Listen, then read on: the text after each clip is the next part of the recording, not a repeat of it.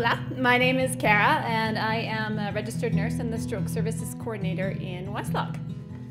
This is my dad. You're probably wondering why there's a picture of my dad up there. And that's my mom. And what does this have to do with faster door-to-needle sites in a rural facility? Well, there's a few reasons why my mom is, but both of them, they're my motivation. Every change begins with motivation, and they're mine. I see at least one of their beautiful qualities in the eyes of every single one of my stroke patients. They inspire me because they both have many modifiable risk factors, which I can't make them modify. And aside from loving them and encouraging them, all I can do is ensure that, heaven forbid they had a stroke, that they'll be on the other end of in the capable hands of people who know how to act fast. So the second reason why, I need some cord here. The second reason why I showed you a picture of my mama is because she taught me something very important. She taught me that if you want attendance at functions, you have to feed people. And if you feed people, they will support you. So our stroke team meetings have grown from about 5 to 6 people in attendance to about 16 people in attendance just because of snacks. We have people showing up at stroke meetings that aren't even part of the stroke team. So it's a really good way to create engagement. She didn't teach me how to decorate cakes, but we got the message across.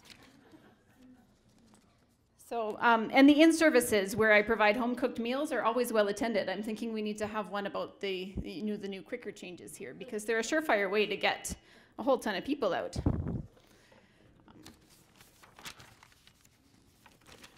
So the reverse seems to be true, at least at our site. When we don't feed people, they don't come. We've only given TPA 6 times in the last year at our facility. So it's not feeding people seems to be keeping our stroke patients away. And that leads us to a challenge that many rural facilities have, is how can we remain proficient when our volumes are so low and we don't get the opportunity to practice these things? So thanks to the hard work of Shirley Garnier, our stroke North Zone coordinator, or lead, we've already had lots of good strategies in place for a good process flow, and we've refined those a little bit over the last year and a half with myself in the stroke coordinator position. We already had our patients going to CT. We already had active involved EMS crews that helped us once the patient arrived at the hospital. They had IVs in situ.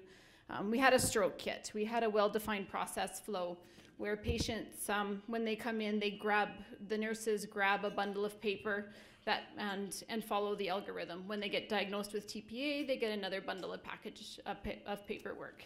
So we had a nice flow system in place there already. And we also do have pre-filled binders for admission, which has been most helpful. Since the QuiCR initiative, I know you guys can't see the details of this, but one of the biggest changes that we had was adding a stroke nurse to our code team.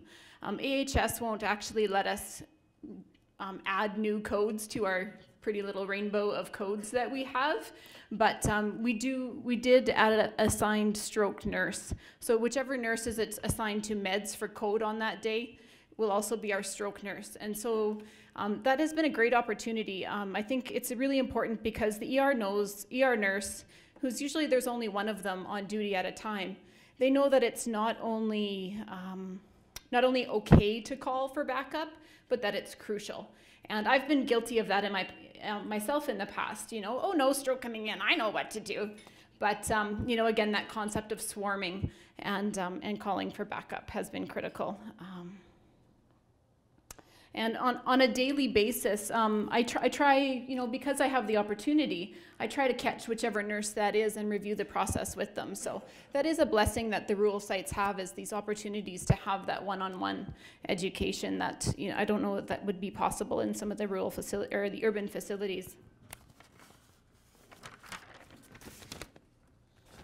The second thing we added in Westlock is a unit clerk acute stroke checklist. So this is also a checklist that we don't always have a unit clerk in emergency, but so the nurses often take over these duties too. The unit clerks are really our glue. They are our unsung heroes that keep our ship afloat. Really, when you take, I'll read out some of the points on this checklist. Really, they make sure that we all do our jobs. They're the ones that are notifying us. They're pulling the paperwork. They're putting the TPA checklist in front of the physician before the patient gets here and says, hey, can you fill out as much of this as you can before the patient even gets there.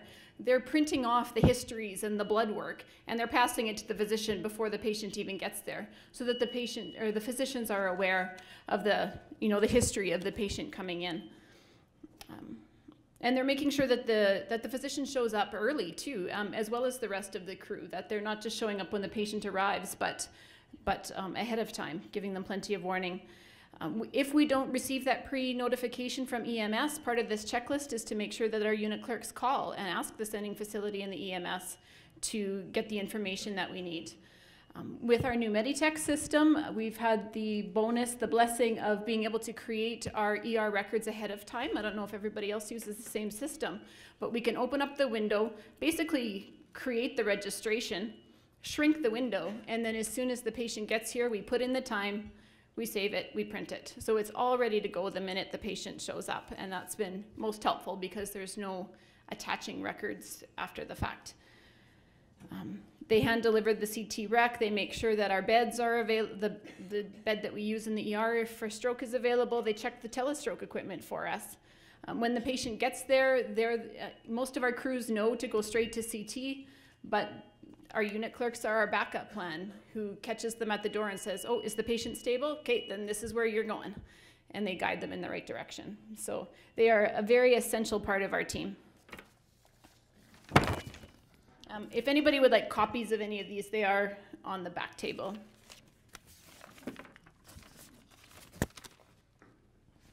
So on our process flow sheet, we have added the calling for extra nursing assistance, the drawing the lab work, but only if it doesn't delay CT, with the exclusion there of thrombin time, of course.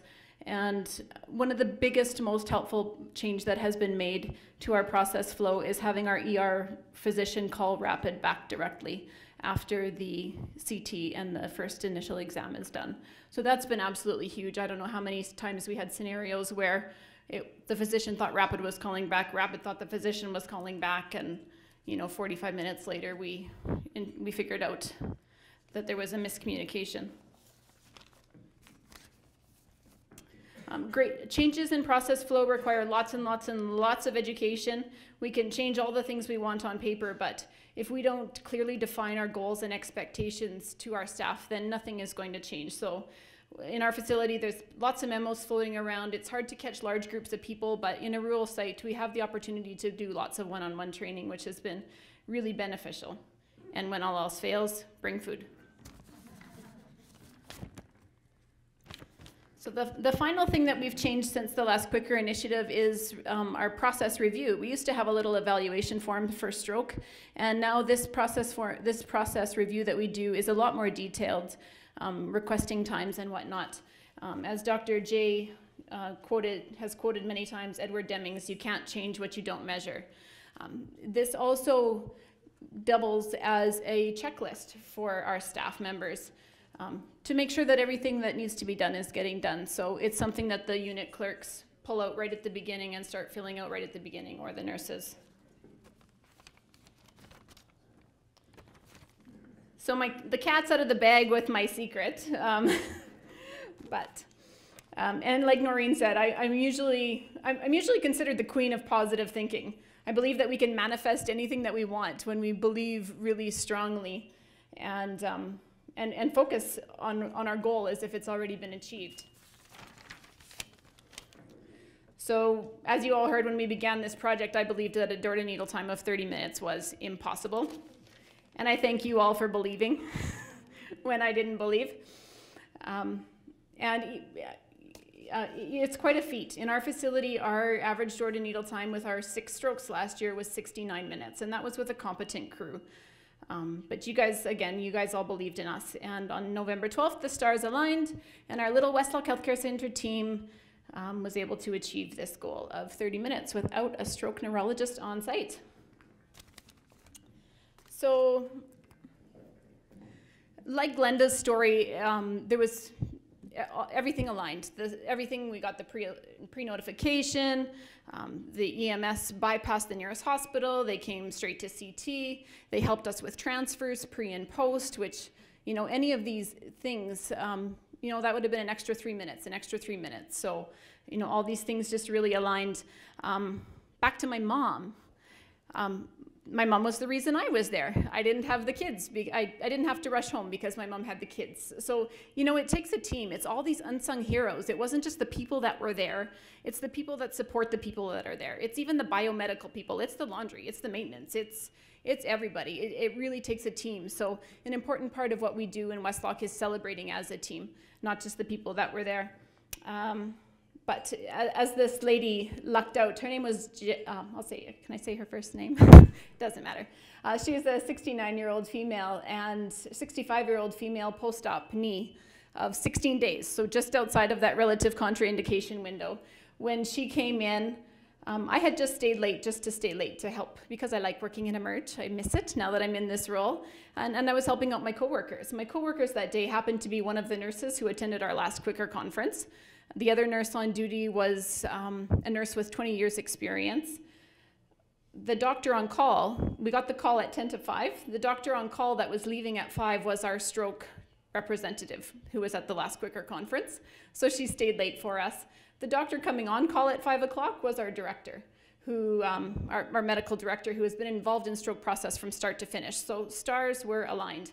Our CT lady was just finishing up in the OR, so there wasn't even the need to call her back. Often they're 25 minutes away. So she was right there too.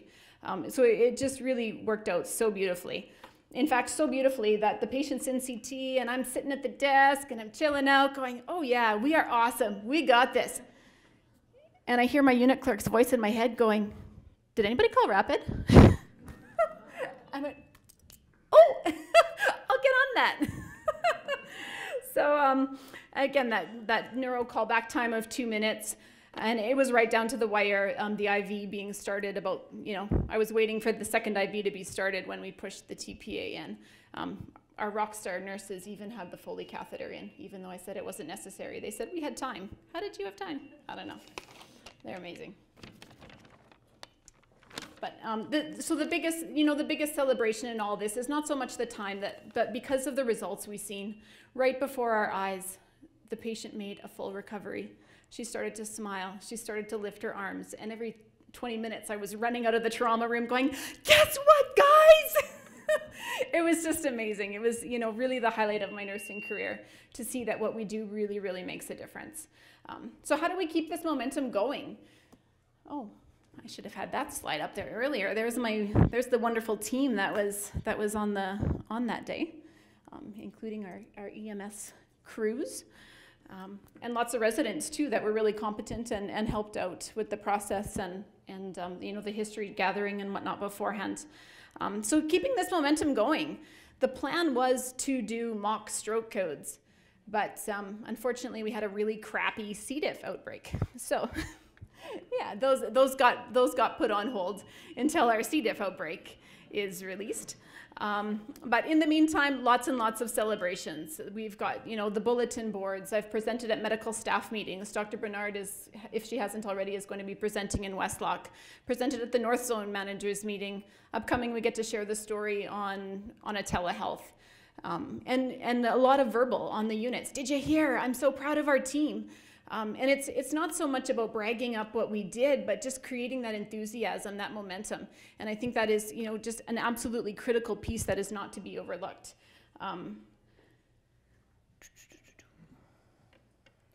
Oh, and then just another little story. We followed this up with a TPA of 50 minutes, which I thought was really impressive. It was on a bare bones evening shift with a brand new locum physician who had really only gone through the stroke protocol once or twice.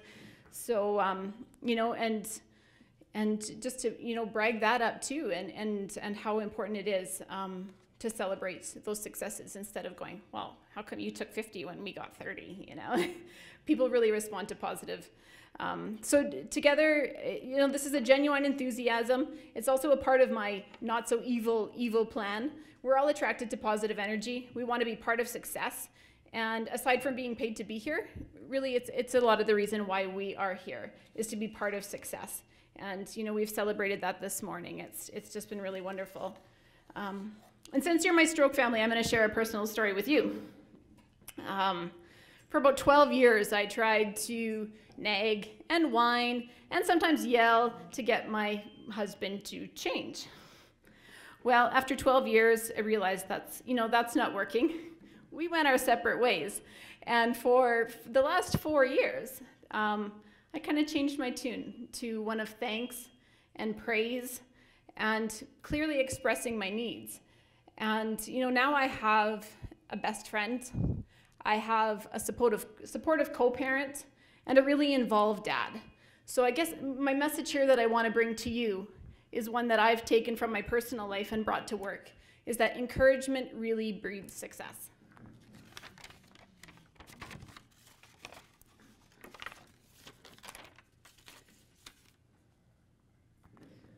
So as a stroke team, we share in our sorrows together, we learn from our mistakes, but more importantly, we celebrate together. Because when we do better, our patients do better, and when they do better, the world is a happier place. So I'd like to leave you all with a quote from that Dr. Simpson just shared with us. When you take care of the moments, the years take care of themselves. Thank you.